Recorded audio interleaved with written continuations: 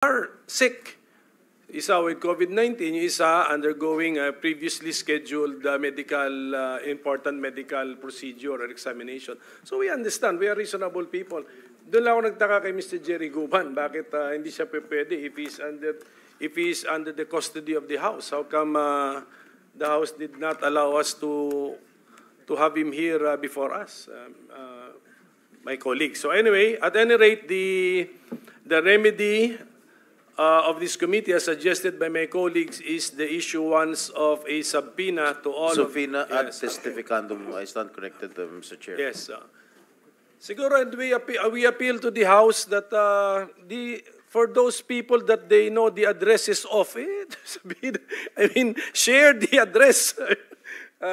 Share the address of these people. And then, of course, the committee will also exert utmost effort